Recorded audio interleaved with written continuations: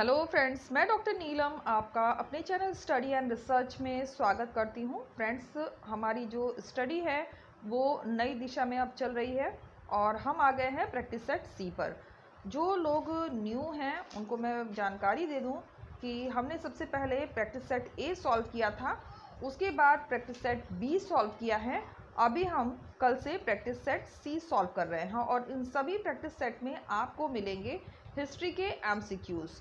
तो कल से ही स्टार्ट हुआ है ये सीरीज़, जिसमें हम कुल 50 क्वेश्चन सॉल्व करेंगे और 25 क्वेश्चन मैं आपको सॉल्व करने के लिए देती हूँ।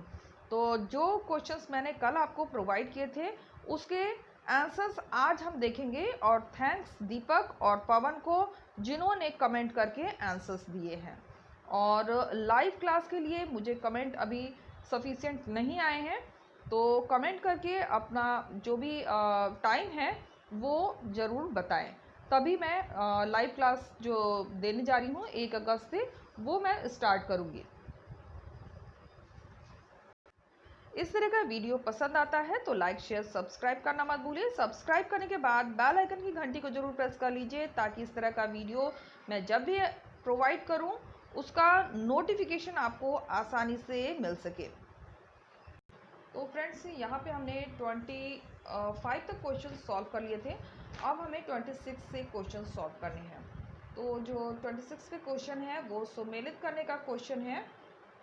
और एक और मैं आपको जानकारी देना चाहूँगी पीएचडी और एमफिल के बारे में, एडमिशन के बारे में। आप लोग जो क्वेरीज आप लोगों की थी, तो आपको एक शॉर्ट इन्फॉर्मेशन देना चाहूँगी यहाँ पे कि दिल्ली यूनिवर्सिटी में पीएचडी और एमफिल और अदर कोर्सेज़ के लिए एडमिशन शुरू हुआ है। तो आप दिल्ली यूनिवर्सिटी की साइट खोल के ज़रूर देखें और मुझे समय मिलेगा तो मैं आपको इस पर डिटेल में वीडियो लाऊंगी। लेकिन ध्यान रखिए, केवल 2 दिन का ही समय बचा है। 31 जुलाई को ये बंद होने जा रहा है, तो एक बार उस पर जाकर विज़िट करके ज़रूर चेक करें कि कौन कौन से विषय में ये जो एडमिशन का आया हुआ है वो किन किन विषयों में हो रहा है।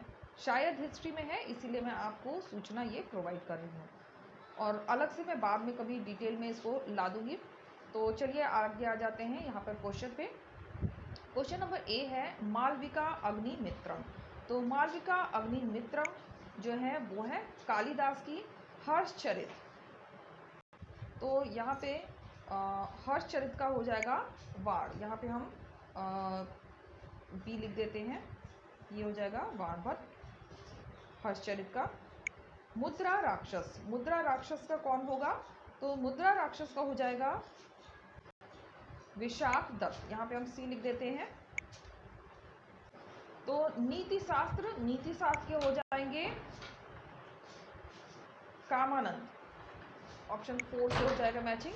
तो हमारा जो यहाँ पे उत्तर बन रहा है वो हो जाएगा ऑप्शन सी। नेक्स्ट क्वेश्चन लेते हैं, क्वेश्चन नंबर 27 और ये भी सुमेलित करने का प्रश्न है। चलिए इसे सुमेलित कर लेते हैं। यहाँ पर सूची दी गई है, थोड़ा ऊपर नीचे दिया हुआ है। राजतरंगी, राजतरंगी लिखी गई है, तो राजतरंगी हम कर लेंगे यहाँ पर कल्हड़ से। राजतरंगी लिखी गई है कल्हड़ के द्वारा।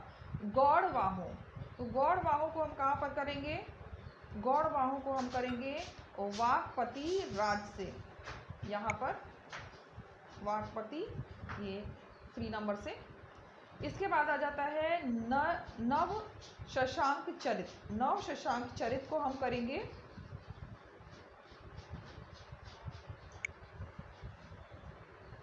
प्रद्युम्न गुप्त से। नव शशांक चरित को हम करेंगे प्रद्युम्न गुप्त से। विक्रमदेव चरित, विक्रमदेव चरित, विक्रमदेव चरित, विक्रमदेव चरित को हम करेंगे वाकपति राज से। तो इस तरह से सुमेलित कर लीजिए। थोड़ा ऊपर नीचे होता है तो इसको सॉल्व करने में प्रॉब्लम होती है। तो नेक्स्ट क्वेश्चन पे चलते हैं, क्वेश्चन नंबर 28। यहाँ पे भी ऊपर नीचे ही क्वेश्चन दिया गया है, सुमेलित करने का प्रश्न है। तो युद्ध का इतिहास, युद्ध का इतिहास किसके द्वारा लिखा गया है? युद्ध का इतिहास लिखा गया है, ये हमने सॉल्व भी किया था, एरिस्टो बुलस से। फिर हिस्टोरिका लिखी गई है हेरोडोटस के द्वारा। और प्राकृतिक इतिहास हो जाएगा प्लिनी द एल्डर यहाँ पर। और सिकंदर का आक्रमण एरियन के द्वारा। फिर से एक बार देख लेते हैं। सबसे पहले है युद्ध का इतिहास, इसे हम करेंगे एरिस्टोबुलस से। फिर हिस्टोरिका को करेंगे हेरोडोटस से। प्राकृतिक इतिहास, इसे हम करेंगे प्लिनी द एल्डर। और सिकंदर का आक्रमण, इसे हम करेंगे एरियन से। फिर से क्वेश्चन नंबर 29 पर मैचिंग का ही क्वेश्चन है। तो यहाँ आ जाता है सारीपुत्र पराक्रम। तो ये किसके द्वारा लिखी पुस्तक है? तो ये है अश्वघोष के द्वारा लिखित पुस्तक है। अर्थशास्त्र सभी को पता है, चाणक्य के द्वारा। समपरिग्रह लिखी गई है असंग के द्वारा। और महाभाष्य पतंजलि के द्वारा। तो ये बहुत ही रिपीट क्वेश्चन है। आप अगर हिस्ट्री में स्टडी ढंग से कर रहे हो तो ये आपको आसानी से मिल जाएगा। नेक्स्ट क्वेश्चन पे चलते हैं। क्वेश्चन नंबर 30, काफ़ी सुमेलित करने वाले इसमें प्रश्न आ गए हैं। तो यहाँ पे विक्रमोर्वशीयम, तो ये हो जाएंगे कालिदास। प्रतिज्ञा यौगंध रायन भास। नागनंद हर्ष। मध्यमिका सूत्र नागार्जुन। ये बहुत ही इंपॉर्टेंट है, फिर से देख लेते हैं इसको। विक्रमोर्वशीयम कालिदास। प्रतिज्ञा यगोधरायन भास। नागानंद हर्ष। और मध्यमिका सूत्र नागार्जुन से हो जाएगा। नेक्स्ट क्वेश्चन है, यहाँ पे भी सुमेलित करने का क्वेश्चन है। प्रियदर्शिका, तो प्रियदर्शिका हो जाएगा हर्षवर्धन से। फिर काव्य दर्शन को हम करेंगे काव्य दर्शन, ये हो जाएगा। काव्य दर्शन को हम करेंगे दंडी से। और सौंदर्यानंद काव्य, ये करेंगे अश्वघोष से। और रसमाला को हम करेंगे सोमेश्वर से। फिर से एक बार देख लेते हैं। प्रियदर्शिका हर्षवर्धन, काव्य दर्शन दंडी। और सौंदर्यानंद काव्य अश्वघोष, रसमाला सोमेश्वर।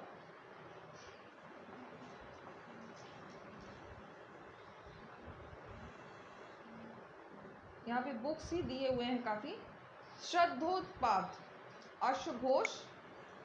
अष्टाध्यायी पारणी, बहुत ही इंपॉर्टेंट और रिपीट होने वाला क्वेश्चन है। बृहद संहिता वारामिहिर, ये भी रिपीट होता है। देवी चंद्रगुप्तम विशाख दत्त। विक्रमांक चरित्र विल्हड़ से। कुमारपाल चरित्र हेमचंद्र से। हमीर काव्य नयचंद्र सूरी। और भोज प्रबंध हो जाएगा बल्लाल से। विक्रमांक चरित्र विल्हड़ से।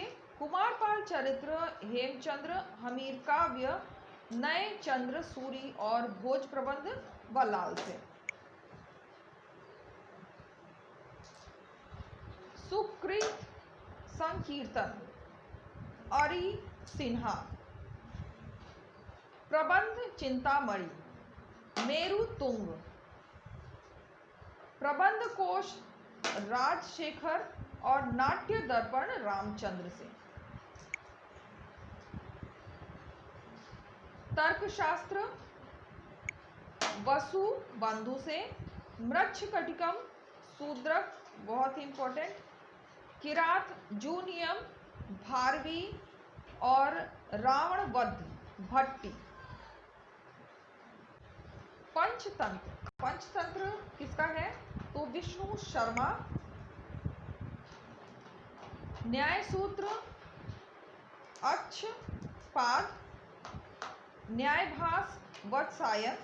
और सूर्य सिद्धांत आर्यभट्ट। और ये नेट का आया हुआ क्वेश्चन है, दिसंबर का, अगर 19 का आपने एग्जाम दिया होगा तो उसमें आपने ये लिखा होगा। और पंचतंत्र, ये भी बहुत इंपॉर्टेंट है। पंचतंत्र विष्णु शर्मा। पंच सिद्धांतिका। पंच सिद्धांतिका जो लिखी गई है वो लिखी गई है वारामिहिर के द्वारा। दश कुमार चरित, दांडी, गलत यहाँ पे ऑप्शन मैच हो गया। दश कुमार चरित, दांडी, रत्नावली है हर्ष, और सूत्र लकार अश्वघोष। फिर आ जाता है, यहाँ पर भी मैचिंग करने का ही क्वेश्चन है। वह जातिका किसके द्वारा लिखी गई पुस्तक है? तो वह जातिका लिखी गई है वारा के द्वारा। इसके बाद रघुवंश लिखा गया है कालिदास सहमिहिर। सिद्धांत शिरोमणि, तो सिद्धांत शिरोमणि लिखा गया है भास्कराचार्य के द्वारा। और उत्तर रामचरित भवभूति के द्वारा। फिर से देखते हैं, वृह जातिका वारा, रघुवंश, कालिदास सहमिहिर और सिद्धांत शिरोमणि भास्कराचार्य, उत्तर रामचरित भवभूति के द्वारा लिखा गया है। तो क्वेश्चन स्टार्ट करते हैं। बाल गंगाधर तिलक ने आर्यों के मूल निवास स्थान बताया है। तो मूल निवास स्थान कहाँ पर बताया है? तो ये बताया है उत्तरी ध्रुव को। ऑप्शन बी हमारा यहाँ पे करेक्ट हो जाएगा। आधुनिक नदी रावी ऋग्वैदिक काल में कहलाती थी। तो ये क्या कहलाती थी?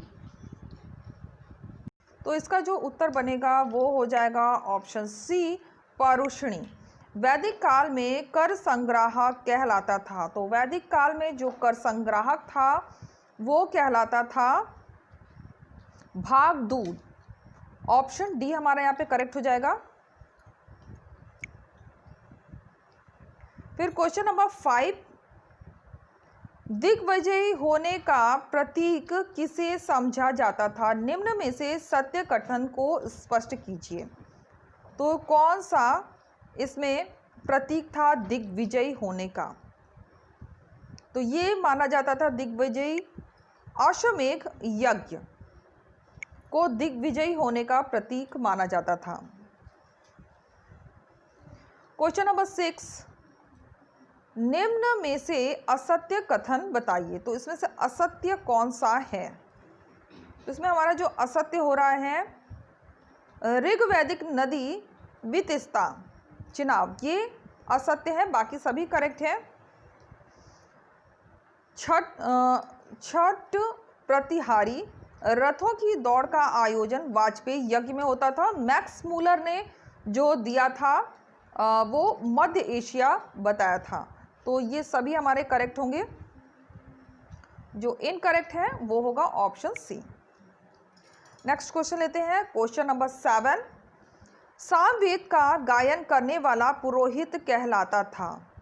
तो सामवेद एक संगीत शास्त्र का वेद था। तो इसका जो पुरोहित होता था वो कहलाता था उद्गाता। ऑप्शन ए हमारा यहाँ पे करेक्ट हो जाएगा। ऋग्वेद में देवताओं की संख्या बताई गई है। तो ऋग्वेद में देवताओं की जो कुल संख्या बताई गई है वो 33 बताई गई है। ऑप्शन बी हमारा करेक्ट होगा। ऋग्वेद में कुल मंत्रों की संख्या है। तो कुल जो मंत्रों की संख्या है 10,600। ऑप्शन सी हमारे यहाँ पे करेक्ट हो जाएगा। ऋग्वेद का ब्राह्मण ग्रंथ है। तो ऋग्वेद का जो ब्राह्मण ग्रंथ है वो है ऐत्रेय कौशिक की। ऑप्शन डी हमारा यहाँ पे करेक्ट हो जाएगा। तो आप अपना मैच कर लीजिएगा। क्वेश्चन नंबर 11, भारत का राष्ट्रीय आदर्श वाक्य सत्यमेव जयते उद्धृत किया गया है।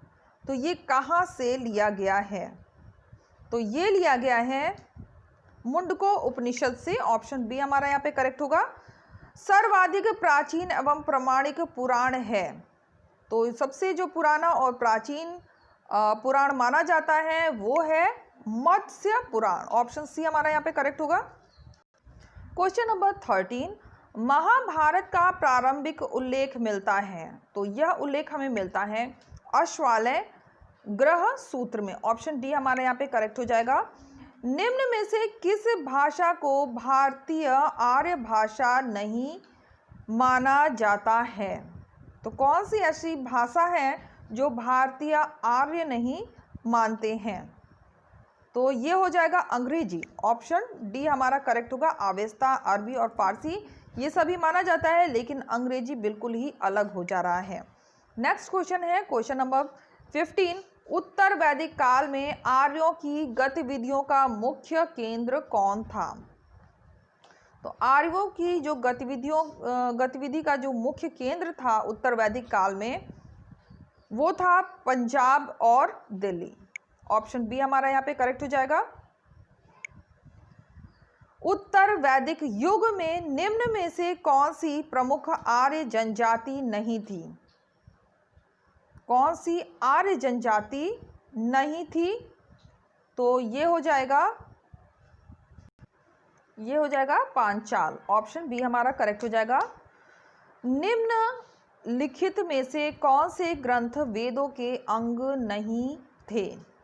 वेद के अंग जो नहीं थे वो थे पुराण। ऑप्शन सी हमारा यहाँ पे करेक्ट होगा। निम्नलिखित में से किस ग्रंथ में प्रसिद्ध गायत्री मंत्र की मूलतः रचना की गई है? तो गायत्री मंत्र की जो मूलतः रचना की गई है वो की गई है ऋग्वेद में। ये पीजीटी का आया हुआ क्वेश्चन भी है। ऋग्वैदिक काल में प्रयुक्त दाम्पत्य शब्द का अर्थ है, तो दाम्पत्य शब्द का अर्थ जो निकलता है वो निकलता है घर के स्वामी एवं स्वामिनी। ऑप्शन बी हमारा यहाँ पे करेक्ट होगा। ऋग्वेद में जिस अपराध का सबसे अधिक उल्लेख किया गया है वह है, तो वह कौन सा अपराध था जो ऋग्वैदिक काल में सबसे ज़्यादा उल्लेख कई बार उसका मिलता है? तो ये हो जाएगा पशु चोरी का, क्योंकि पशुओं का उस समय बहुत ज़्यादा महत्व था जिसके कारण पशु चोरी भी होते थे। नेक्स्ट क्वेश्चन है क्वेश्चन नंबर 22, वैदिक आर्यों का मुख्य खाद्य पदार्थ था। तो वैदिक आर्यों का पूछ रहा है जो मुख्य खाद्य पदार्थ था वो हो जाएगा दूध और उससे बने पदार्थ। जौ चावल सिंधु घाटी सभ्यता में आ जाएगा। तो क्वेश्चन नंबर 23 पर हम आ गए हैं। ऋग्वेद में अधन्या विशेषण प्रयुक्त हुआ है। अधन्या जिसको मारा नहीं जाता है वो अधन्या शब्द है। तो किसको नहीं मारा जाता था? गाय के लिए ये अधन्या शब्द का प्रयोग किया जाता था। क्वेश्चन नंबर 24, वैदिक काल में जन शब्द का अर्थ था। तो जन शब्द का वैदिक काल में क्या अर्थ था? तो यहाँ पे जो उत्तर इसका है, यहाँ मेरे को कन्फ्यूज़न है, इसका उत्तर मैं अभी नहीं दूंगी। आप अगर कंफर्म है, कहीं आपको रेफरेंस पता है तो आप इसका उत्तर दे सकते हैं। तो इसे हम छोड़ देते हैं। जनपद इससे बना है, तो अभी मैं कंफर्म नहीं हूँ इसलिए इसको छोड़ देते हैं। चलिए आगे चलते हैं। भागवत धर्म में कितने प्रकार की भक्ति को माना गया है? तो कितने प्रकार की भक्ति को माना गया है? तो ये माना गया है 6 प्रकार की। ऑप्शन बी हमारा यहाँ पे करेक्ट हो जाएगा। और यहाँ से क्वेश्चन शुरू हो रहे हैं आपके लिए। यहाँ से मैं 25 क्वेश्चन आपको देने वाली हूँ। तो क्वेश्चन नंबर 26, भारत में प्राचीनतम लौह युगीन बस्तियों को किन मृद भांडों के साथ संबद्ध किया जाता है? इसका उत्तर आपको कमेंट बॉक्स में देना है। फिर क्वेश्चन नंबर 27 आ जाता है, किस सौर्य मंडलीय देवता को प्रसिद्ध गायत्री मंत्र संबोधित किया गया है? नेक्स्ट क्वेश्चन 28, ऋग्वेद में उल्लिखित प्रसिद्ध दासराग युद्ध किसके बीच लड़ा गया था? तो बहुत इजी क्वेश्चन है, आप सभी के आंसर्स उम्मीद है कि सही होंगे इसमें। क्वेश्चन नंबर 29, वैदिक काल में शासन व्यवस्था का सामान्य स्वरूप क्या था? वैदिक समाज में राजपद या राजत्व के विकास का मुख्य कारण क्या था? पूर्व वैदिक काल के राजाओं के बारे में निम्नलिखित कौन सा कथन सही नहीं है? फ्रेंड्स, मैं थोड़ा से स्पीड में पढ़ रही हूँ। अगर आपको ज़्यादा स्पीड लग रहा हो तो आप इसे वीडियो को पॉज करके इसके ऑप्शंस आराम से देख सकते हैं। नेक्स्ट क्वेश्चन है क्वेश्चन नंबर 32, प्राचीन विवाह संस्कार का वर्णन करने वाला विवाह सूक्त किसमें पाया जाता है? क्वेश्चन नंबर 33, दक्षिण में विष्णु भक्त को कहते हैं। तो दक्षिण में जो विष्णु भक्त हुए हैं उनको किस नाम से पुकारा जाता है? क्वेश्चन नंबर 34, ऋग्वेद में पुत्री के लिए प्रयुक्त शब्द दुहिता का शाब्दिक अर्थ है। तो दुहिता का क्या शाब्दिक अर्थ होता है? फिर यहाँ पर दिया है क्वेश्चन नंबर 35, निम्न वैदिक देवताओं को उनके वास्तविक पद, स्थिति अथवा कार्यों के साथ मिलान करिए। तो यहाँ पर ये जो क्वेश्चन है वो मैचिंग का है। पुसन, साविष्ट, अदिति, दयोस। नेक्स्ट क्वेश्चन है, भागवत धर्म का संस्कृत में कौन सा ग्रंथ महान है? वैदिक काल के राजा किन मंत्रियों की सहायता से शासन करता था? उन्हें क्या कहा जाता था? क्वेश्चन नंबर 38, कथन और कारण का क्वेश्चन है। ऋग्वैदिक आर्य पुनर्जन्म को मानते थे। ऋग्वेद के नासिद सूक्ति में निर्गुण ब्रह्म का विवरण है। क्वेश्चन नंबर 39, उत्तर वैदिक काल में चित्रित धूसर मृद भांड विशिष्टता रखते हैं और रीजन दे रहा है अदिति प्रकाश की देवी थी। फिर से यहाँ पर मैचिंग का क्वेश्चन आ गया है। ये बहुत इजी है और ये हमने सॉल्व भी किया है, तो देख लेते हैं। सांख्य, वैशेषिक किससे मैचिंग होगा? फिर आ जाता है न्याय, पूर्व मीमांसा। तो इसमें आपका रिवीजन भी होता जाएगा प्लस आपको नए क्वेश्चन भी यहाँ पर मिलते जाएंगे। तो आपकी जिज्ञासा को देखते ही मैंने ये क्वेश्चन ऐड करने शुरू किए हैं कि आप भी कुछ क्वेश्चन सॉल्व करिए, भले गलत हो सही हो कोई बात नहीं है। कमेंट में आप जितने उत्तर कर पाते हैं उतने कमेंट बॉक्स में कमेंट करके उत्तर दे सकते हैं और नेक्स्ट डे मैं इसे सॉल्व करा दूंगी। कल यानी हम लोग इसे सॉल्व कर लेंगे। क्वेश्चन नंबर 41, दूध में पकाकर बनाया जाने वाला पदार्थ था। तो कौन सा पदार्थ था? क्वेश्चन नंबर 42, गौविक बर्तन था। गौविक बर्तन क्या था? सूची 1 को सूची 2 से सुमेलित करिए। वाय, कुलाल, पुतिका और विदत किससे मैचिंग होगा?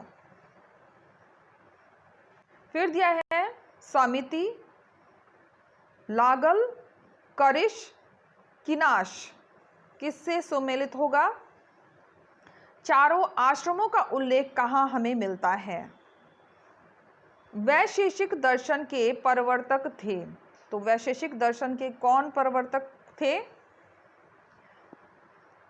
यजुर्वेद संहिता का मंत्रोच्चार करने वाला पुरोहित कहलाता था।